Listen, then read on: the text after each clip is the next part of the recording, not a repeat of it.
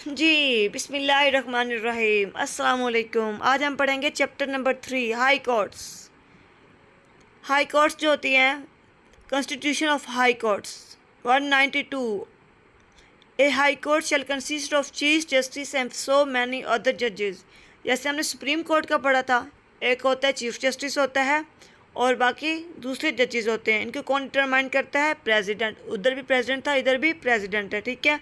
Sindh Balochistan high court shall cease to function as a common high court for province of Balochistan and Sindh. ठीक है। जो सिंध की होगी हाई कोर्ट, वो सिंध के फैसले करेगी। जो बलोचिस्तान की होगी वो बलोचिस्तान की करेगी। लेकिन अब एक बात इसमें देखिए, बात आई हुई है कॉमन। कॉमन की बात है, सिंध और बलूचिस्तान की जो हाई कोर्ट है ना, वो एक ही है।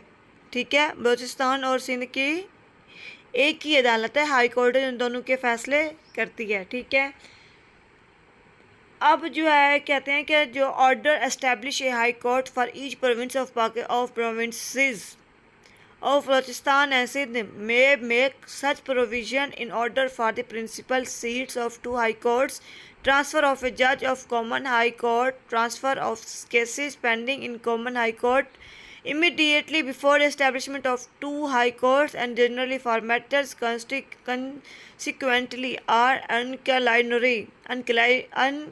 ancillary are to common high courts ceasing to function and the establishment of two high courts as is may deem fit। वो कहते हैं कि प्रेसिडेंट अगर ऑर्डर दे के ना, हाई कोर्ट जो है हर प्रोविंस के लिए अलग होनी चाहिए, चाहे वो सूबा बलूचिस्तान हो चाहे वो सिंध हो। इनके डिसीजन करे, इनके आपस में क्या कर सकते हैं, कोई भी आके जो बलूचिस्तान का जज है वो सिंध में आके डिसीजन सुना सकता है। डिसीजन के जो जज है वो उसमें जाकर सुना सकता है। किसी केस को ट्रांसफ़र भी कर सकते हैं, पेंडिंग भी कर सकते हैं, अप्रूव डिसीजन सुना भी सकते हैं, रिजेक्ट भी कर सकते हैं। ये उनके हाथ में है। आगे से देखो नीचे वाली लाइन पे कहता है, कहते हैं कि ना the common high court ceasing to function and establishment of two high courts as he may be deem fit. अब वो कहते हैं कि एक बात का ऐसे भी हो सकता है कि जो कॉमन हाई कोर्ट जो होती है ना, वो ज़्यादा अच्छे से काम नहीं कर पाती, तो उस जगह में क्या हो जाते हैं, दो कोर्ट्स बन जाती हैं जो मुख्तलिफ़ जगहों पे इस्टेब्लिश की जाती हैं और ये परफेक्टली काम भी करती हैं। और इनका जो इसका निज़ाम जो होता है वो कौन सेट करता है? मजलिस शूरा, पार्लियामेंट सेट करती है। ठीक है। अब कहते हैं be extended to any area in Pakistan not forming part of province. और जो पार्लियामेंट किसके लिए काम करती है? ये पाकिस्तान के लिए काम करती है, एक्सटेंडेड करती है। 193 अपॉइंटमेंट ऑफ हाई कोर्ट जजेस। ये सेम वैसे ही है, बस सुप्रीम कोर्ट की जगह पे हाई कोर्ट आ गया, हाई कोर्ट की जगह पे सुप्रीम कोर्ट आ गया। एक में कौन अपॉइंटमेंट करता है? ये देख के पीछे आया भी है 175 में आ गया ना। अपॉइंटमेंट ऑफ हाई कोर्ट जजेस कौन करता है? प्रेसिडेंट करता है। ठीक है। ठीक है। कौन करता है? अपॉइंटमेंट करता है प्रेसिडेंट। और एक हमने पीछे पढ़ा है ना, अब एज की बात है, हमने पढ़ा था ना सुप्रीम कोर्ट में जज होता है उसकी मिनिमम एज कितनी होनी चाहिए? किसको याद है? बताएं तो कमेंट करें, मुझे बताएं कितनी एज होनी चाहिए। Hurry up hurry up hurry up, I am waiting. Okay, 65। ठीक है। इसी तरह से जो हाई कोर्ट का जज होता है ना, उसकी मिनिमम जो एज होनी चाहिए ना वो 45 होनी चाहिए। ठीक है। कितनी होनी चाहिए? 45 होने चाहिए। ठीक है। इसमें इसकी एक्सटेंशन क्या होनी चाहिए? इसकी ये होनी चाहिए, अगर वो उसने हाई कोर्ट का जज बनना है ना, तो कम से कम 10 साल के लिए उसके पास एडवोकेट हाई कोर्ट के एडवोकेशन के एडवोकेट हो, या फिर उसके पास प्रैक्टिस करने लिए 10 साल हो। ठीक है। उसने देश के लिए एडवोकेट रहा हो या फिर जुडिशनल ऑफिस में 10 साल तक इसने काम किया हो, मतलब उसके पास 10 साल का एक्सपीरियंस हो, तो वो क्या हो सकता है? जज बन सकता है। ठीक है। अब इन दिस आर्टिकल डिस्ट्रिक्ट जज मीन्स जज of A principal civil court of original यूरिडिक्शन। District जज जो होता है ना, वो ज़िले की हद तक होता है। ठीक है। ज़िले सतह पे जो हाई कोर्ट के जज होते हैं ना, वो सूबाई सतह पे होते हैं। ठीक है। ये चीज़ वही होती है। ऑथ ऑफ द ऑफिस, अब हमने देखो ऑफ, यहाँ थोड़ा सा कंपैरिजन भी करते हैं। सुप्रीम कोर्ट का जो बनता है चीफ जस्टिस बनता है, उसको कौन लेता है? बहुत प्रेसिडेंट लेता है। और इसके अलावा प्रेसिडेंट का कौन लेता है, चीफ जस्टिस लेता है। और बाकी जो नीचे वाले अंडर वाला काम करते होते हैं उनके अंडर सुप्रीम कोर्ट में जो उसके अंडर जजेस होते हैं वो उनका कौन ऑथ लेता है, chief justice of supreme court. अब ये यहाँ पे भी सेम ऐसा है, chief justice of high court इसका कौन लेता है ऑथ, गवर्नर। और गवर्नर का ऑथ कौन लेता है, chief justice of high court लेता है। और बाकी के जजेस जो होते हैं उनका कौन लेता है, चीफ जस्टिस। ये सेम ही प्रोसीजर है, ठीक है। और जो चीफ जस्टिस ऑफ इस्लामाबाद होगा ना, ये क्या करेगा, वो high court shall make oath before the president. ये भी प्रेसिडेंट के सामने ही chief justice of high court, ये भी एक ज़िले के तौर पे ही आएगा ना, लेकिन वो गवर्नर के तौर पे, गवर्नर में है ना, सूबाई में है तो फिर गवर्नर होगा, वो फेडरल में आता है तो प्रेसिडेंट इसका लेगा। और ये फिर और जो दूसरे जजेस होंगे ना वो किसके सामने करेंगे, चीफ जस्टिस ऑफ इस्लामाबाद। ये सेम चीज़ है। 195 इनकी एज, रिटायरिंग एज कितनी होनी चाहिए, 65। देखें, याद रखें, इनकी रिटायरिंग एज कितनी होनी चाहिए, 65। और सुप्रीम कोर्ट की 65, इनकी 62, ठीक है। एक्टिंग चीफ जस्टिस, ये सेम वही चीज़ है जब पीछे हम पढ़ चुके हैं। अगर कोई जो ऑफिस नहीं है, जज नहीं आ रहा है, तो उस जगह पे कौन होगा, तो साफ ज़ाहिर है मोस्ट सीनियर पर्सन जो वहाँ पे मौजूद होगा। Seat of the court, court कहाँ पे लगाई जा सकती है, कोर्ट जो होती है ना, गवर्नर के हुक्म पे कहीं भी लगाई जा सकती है, सूबे में जहाँ पे ज़रूरी होगी वहाँ पे लगाई जा सकती है, ठीक है। जो इस्लामाबाद की, इस्लामाबाद में लगाई जाएगी, जो दूसरी प्रोविंसेस की हैं प्रोविंसेस में लगाई जाएगी। और जो देखें क्लास नंबर 2 पर देखें, ईच हाई कोर्ट एंड जजेस and divisional courts thereof shall sit in its principal seats and seats of its benches and may hold at any place within its territorial jurisdictions. अब देखें, अगर कोई ज़िले सतह पे है तो ज़िले में काम करेगा, जो डिस्ट्रिक्ट है डिस्ट्रिक्ट बेस पे तो डिस्ट्रिक्ट लेवल पे करेगा, जो डिविजनल कोर्ट्स में अगर कोई जज अपॉइंटमेंट होगा तो वो उसी में काम करेगा, ठीक है। अगर लाहौर में जो हाई कोर्ट है वो क्या करेगा, अब देखिए यहाँ क्लास नंबर 3 है। The Lahore high court shall have a bench each at Bahawalpur, Multan, Rawalpindi. The high courts of Sindh shall have a bench at Sukkur. Peshawar high court shall have a bench at Abbottabad. Mingora में Dera Ismail Khan and the high court of Balochistan shall have a bench at Sibi and Turbat. देखिए, हर अदालत है ना, high court है, उसके आगे एक बेंच होता है। वो मज़ीद आगे सपोज करें कि एक स्कूल के प्रिंसिपल होता है, फिर वाइस प्रिंसिपल होता है, फिर एक स्टाफ होता है, मज़ीद वो जाके क्लासेस लेता है, क्लासेस फिर मज़ीद फर्दर क्लासेस होते हैं जिनके जाके अटेंड करता है। इसी तरह से एक जज होता है, उसके बाद एक उनका बेंच बनता है। बेंच में कितने हैं तो मुख्तलिफ जजेस आ जाते हैं जो हाई कोर्ट के अंडर होते हैं, ठीक है, और मुख्तलिफ डिवीज़न लेवल्स पर जाके काम करते हैं। ईच ऑफ हाई कोर्ट में हैव बेंचेस। इसमें सिर्फ ये नहीं बताया कि सिर्फ इसमें 5 लोगों का एक बेंच होगा वही काम करेंगे, नहीं, ये बेंचेस हैं। ये हर शहर का भी हो सकता है, ये हर डिस्ट्रिक्ट का भी हो सकता है और हर डिवीज़न का भी हो सकता है, ठीक है।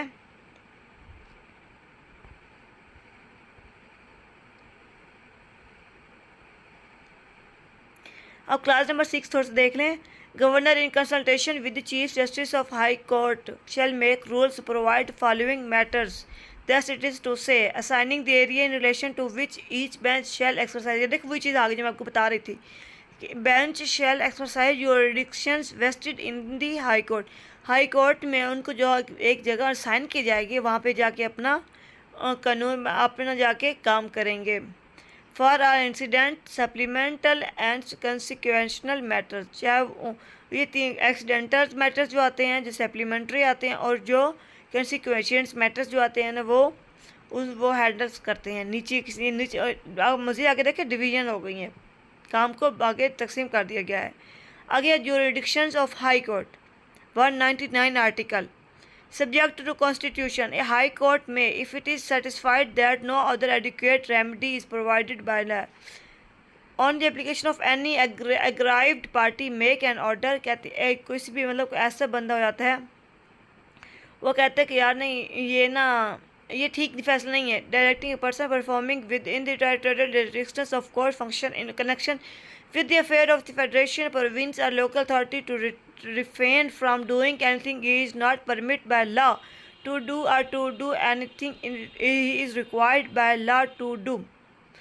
अब एक बंदा कहता है कि मैंने ये काम करना है, लेकिन कानून में ना इसमें इस चीज़ की नहीं, ना तो रोका गया है लेकिन ना इस चीज़ पे इजाज़त दी गई है। लेकिन कोई काम ऐसा हो सकता है कि जिस पे कानून ने रोका ना हो लेकिन उसकी इजाज़त भी ना हो, तो उसके इस बारे में डिसीजन अगर दिया जाए तो क्या कोई डिसीजन करना होगा तो वो क्या जाएगा, अदालत में जाएगा, अपना एक रिपोर्ट दायर करेगा या फिर अपनी एक अपील सुनाएगा, वो उसके ऊपर फिर फैसला होगा। ठीक है। और इसमें ज़्यादातर जो आ जाते हैं ना, ये इसमें जो आते हैं ना, ये कोर्ट्स के जो फैसले होते हैं ना, ये दहशतगर्दी के रिलेटेड भी हो सकते हैं, ये प्रोविंस लेवल पे हो सकते हैं, ये मुख्तलिफ केसेस के हो सकते हैं, ये आम इंसान मतलब ये आम सिविल जो होते हैं ना, इन लोगों के लिए भी होती हैं। On the application of any person make an order, अगर कोई शख्स के अगर कोई ऑर्डर देता है ना, कहता है कि directing the person in custody within the territorial jurisdictions of the court may be brought before it so that the court may satisfy itself for he is not being held in custody without the lawful authority or in an lawful manner. वो कहते हैं कि एक बंदे को custody में ले जाता है, लेकिन वो कहते हैं कि मुझे जो कस्टडी में लिया गया ना वो कानून के मुताबिक नहीं है, उसमें कोई इंसाफ़ी नहीं है, मेरे साथ गैर कानूनी तरीके से मुझे लिया गया है, तो उसके बारे में भी एक फ़ैसला सुनाया जाएगा। ठीक है। उसके बाद एक पर्सन कहता है कि ना कहते हैं अगर पब्लिक ऑफिस है to show under what authority to law he claims to hold that office, अगर एक बंदा कोई एक ऑफिस होल्ड कर लेता है, वो कहता है कि ये मेरी मलकियत है, या फिर वो कह देता है कि इस ये जगह मेरी है, तो कोर्ट क्या करेगी, उस जगह पे एक डिसीजन सुने की, उसके बाद उसके बारे में उसकी बात सुने की, अपील करेगी और अपना फाइनल डिसीजन सुनाएगी। ठीक है। बस इसमें और तो इसमें ख़ास कुछ नहीं है। तो आगे आता है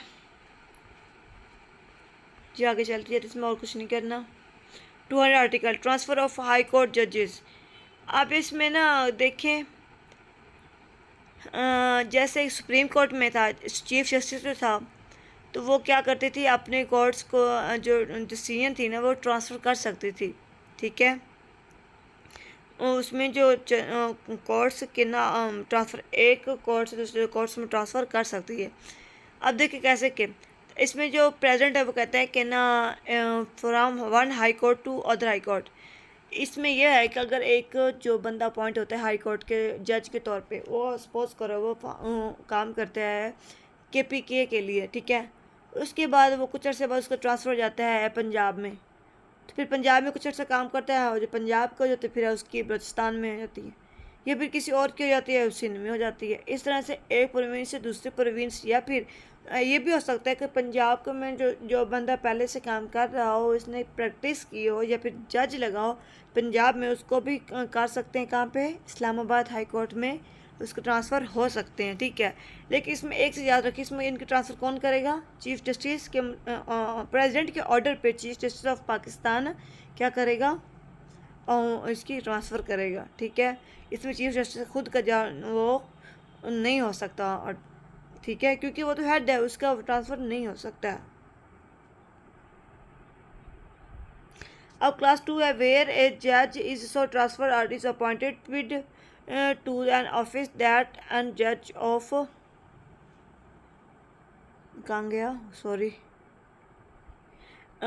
during the period of which he served as judge for the High Court to which he is transferred or hold and such other office be entitled to such allowances and privileges in addition to his salary as president may be ordered it। कहते हैं कि अगर एक बंदा जिसने transfer कर दिया हो ना, या फिर उसके अपने काम कर रहा हो ना, तो उसके पे में इजाफा भी हो सकता है, उसको अलाउंसेस भी जा सकते हैं, और दूसरे प्रिविलेजेस भी प्रेसिडेंट के ऑर्डर पे दी जा सकती हैं, जिसमें घर आ जाता है, गाड़ी आ जाती है, मेडिकल आ जाता है, बाकी चीज़ें भी आ जाता है।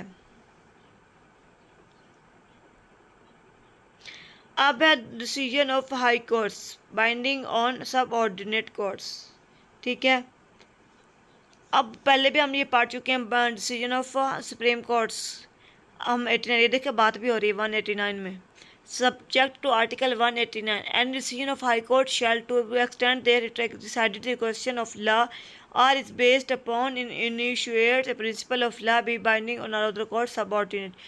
एक अदालत जो हुक्म करेगी ना कानून के मुताबिक, कानून के अंदर जो भी चीज़ें आती हैं ना, अगर कोई कानून के मुताबिक बिल्कुल काम करेगी, और बाकी उसके अंदर जितनी भी हैं अदालतें हैं वो भी कानून के मुताबिक ही काम करेंगी। उसका rules of procedure rules of procedure कौन होता है? साफ ज़ाहिर कॉन्स्टिट्यूशनल होता है, आइन होता है। आइन सबसे बड़ा हमारा कानून क्या है? आइन है। आइन में जो चीज़ बताई गई है उसको फॉलो करना है, उन्हीं को देखना है, उसी के अंदर रहते हुए, जैसे कि प्रिंसिपल ऑफ पॉलिसी जो हमारी बताई गई है उसी के अंदर रहते हुए एक रूल्स बनाए जाएंगे, रेगुलेशंस बनाए जाएंगे, जो क्या करते हैं जजेस उनको फॉलो करते हैं। A constitutional bench of high court, जैसे कि हमने पीछे पढ़ा था कि सुप्रीम कोर्ट के कॉन्स्टिट्यूशनल बेंचेस बनते हैं, इसी तरह से हाई कोर्ट के भी कॉन्स्टिट्यूशनल बेंचेस बनते हैं। वो भी अपने फैसले सुनाते हैं। ठीक है, किस किस चीज़ के रिलेटेड? देखो 199 की बात हो रही है, ये पीछे भी हम पढ़ चुके हैं, किस चीज़ के? सुप्रीम कोर्ट के जजेस के।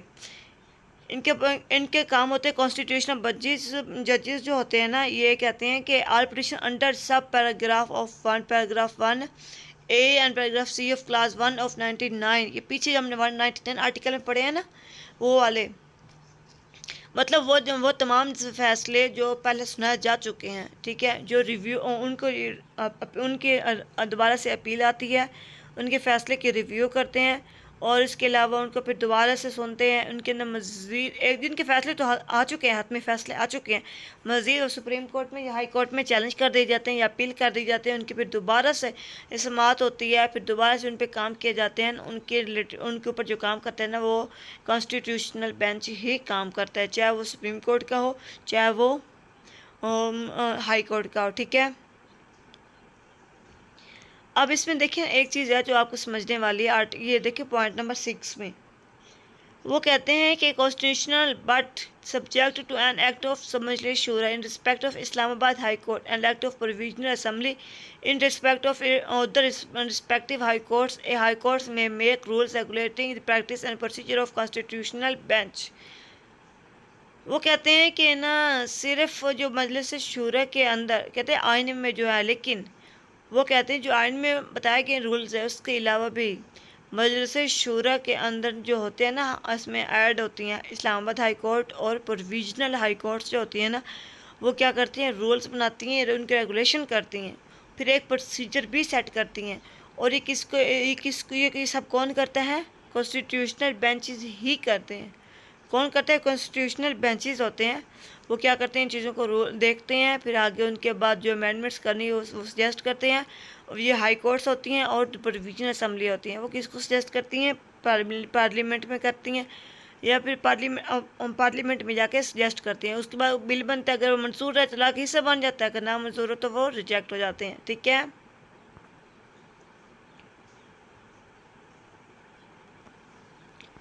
आगे है article number 2203 high courts to superintendent and subordinate courts. अब कहते हैं each high court shall supervise and control all court subordinate to it. एक हाई कोर्ट है वो क्या करता है? सारे मामलात को देखता है और उसके अंदर वो सिर्फ अपने हाई कोर्ट जो ना सिर्फ वो खुद के मामलात को देख रहा होता है, बल्कि उसके अंदर जितने भी काम आते हैं ना, जितनी भी छोटी अदालतें आती हैं, उन सब को देख रहा होता है। ठीक है, ये था अभी तक के लिए 203 आर्टिकल, ये था हमारा हाई कोर्ट्स का। हमने पीछे वाली वीडियो में एक पढ़ा था, हमने सुप्रीम कोर्ट्स का पढ़ा था, फिर हमने पढ़ा हाई कोर्ट्स का पढ़ा है। ये हमारे 2 मेन आर्टिकल्स हो चुके हैं। अब हमने पढ़ना है चैप्टर नंबर 3A। ये चैप्टर नंबर 3 का ही हिस्सा है जिसमें फेडरल शरीयत कोर्ट आ जाती है। ठीक है, ये हम पढ़ेंगे नेक्स्ट वीडियो में। अब तक के लिए अल्लाह हाफिज़। ओके जी।